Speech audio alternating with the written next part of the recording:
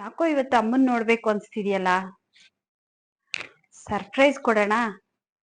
ಬೇಡ. ಅಮ್ಮ ಎಲ್ಲಾದ್ರೂ ಹೋಗಿದ್ರೆ ಫೋನ್ ಮಾಡ್ಬಿಟ್ಟು ಅಷ್ಟ್ ತಿಳ್ಕೊಳ್ಳೋಣ. ಹಲೋ ಅಮ್ಮ, ಹೆಂಗಿದ್ಯಮ್ಮ? ಚೆನ್ನಾಗಿದ್ದೀನಿ ಕಣಮ್ಮ. ಅಮ್ಮ ಯಾಕೋ ಇವತ್ತು ನೀನ್ ತುಂಬಾ ನೋಡ್ಬೇಕು ಅಂತ ಅನ್ಸ್ತಿದ್ಯಮ್ಮ. ಅದಕ್ಕೆ ರೆಡಿ ಆಗಿದ್ದೀನಿ. ಹೊರಡ್ಲಮ್ಮ?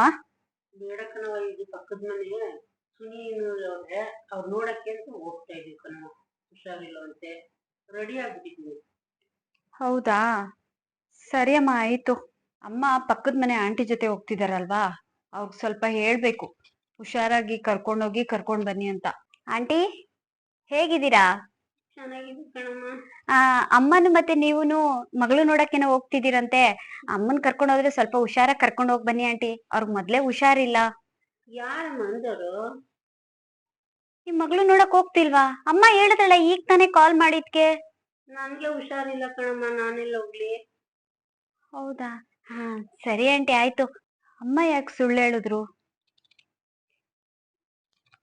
ನನ್ನಿಂದ ಏನಾದ್ರು ಬೇಜಾರಾಗಿದ್ಯಾ ಅವ್ರಿಗೆ? ಫೋನ್ ಮಾಡ್ಲಾ? ಛೇ, ನಮ್ಮಮ್ಮ ನನ್ಗೆ ಇಷ್ಟೊಂದು ಸುಳ್ಳು ಹೇಳ್ತಾರೆ ಅಂತ ನಾನು ಅನ್ಕೊಂಡೇ ಇರ್ಲಿಲ್ಲ. ನನ್ ಕಂಡ್ರೆ ಆಗಲ್ಲ ಅಂದ್ರೆ ಒಂದೇ ಸಲ ಹೇಳ್ಬೇಕು, ಈ ತರ ಏನಕ್ ಸುಳ್ಳು ಹೇಳ್ಬೇಕಮ್ಮ? ನನ್ ಗೊತ್ತಿರೋ ಕೋಪದಲ್ಲಿ ಹೋಗ್ಬಿಡ್ಲಾ ಮನೆಗೆ ಅನ್ಸ್ತಾ ಇದೆ. ಥೂ, ನಾನ್ ಬರ್ತೀನಿ ಅಂದ್ರುನು ಬೇಡಮ್ಮ ನಾನು ಎಲ್ಲೋ ಹೋಗ್ತಿದ್ದೀನಿ ಅಂದ್ರು. ಅವ್ರ ಮನೆಗ್ ನಾನ್ ಕಾಲ್ ಹಾಕ್ಬೇಕಾ? ಬೇಡ. ಹೇಳಿ ಆಂಟಿ, ಆದ್ರೆ ಅಮ್ಮ ಯಾಕೆ ಹಿಂಗ್ ಸುಳ್ಳು ಹೇಳ್ತಿದ್ದಾರೆ ಅಂತ ನಿಜವಾಗ್ಲೂ ಗೊತ್ತಾಗ್ತಿಲ್ಲ ಆಂಟಿ.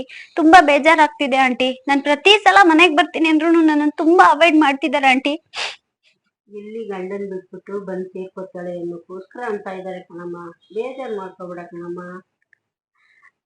ಅಲ್ಲ ಆಂಟಿ, ಗಂಡ ಹೆಂಡತಿ ಅಂದ್ಮೇಲೆ ಏನೋ ಸಮಸ್ಯೆಗಳು ಆಗಿರುತ್ತೆ, ಅದನ್ನ ತಾಯಿ ಹತ್ರ ಹೇಳ್ಕೊತೀವಿ. ಹಂಗ ಅಂದ್ಬಿಟ್ಟು ನಾನು ಯಾರ ಹತ್ರ ಏನು ಹೇಳ್ಕೊಳ್ಳೇಬಾರ್ದ ನನ್ ಕಷ್ಟಗಳನ್ನ? ನೀವೇ ಹೇಳಿ. ಹೋಗ್ಲಿ ಬಿಡಮ್ಮ, ಹೇಳ್ಬೇಡ. ಸರಿ ಆಂಟಿ, ಆಯ್ತು. ನಾನು ಫೋನ್ ಮಾಡಿದೆ ಅಂತ ಹೇಳ್ಬೇಡಿ.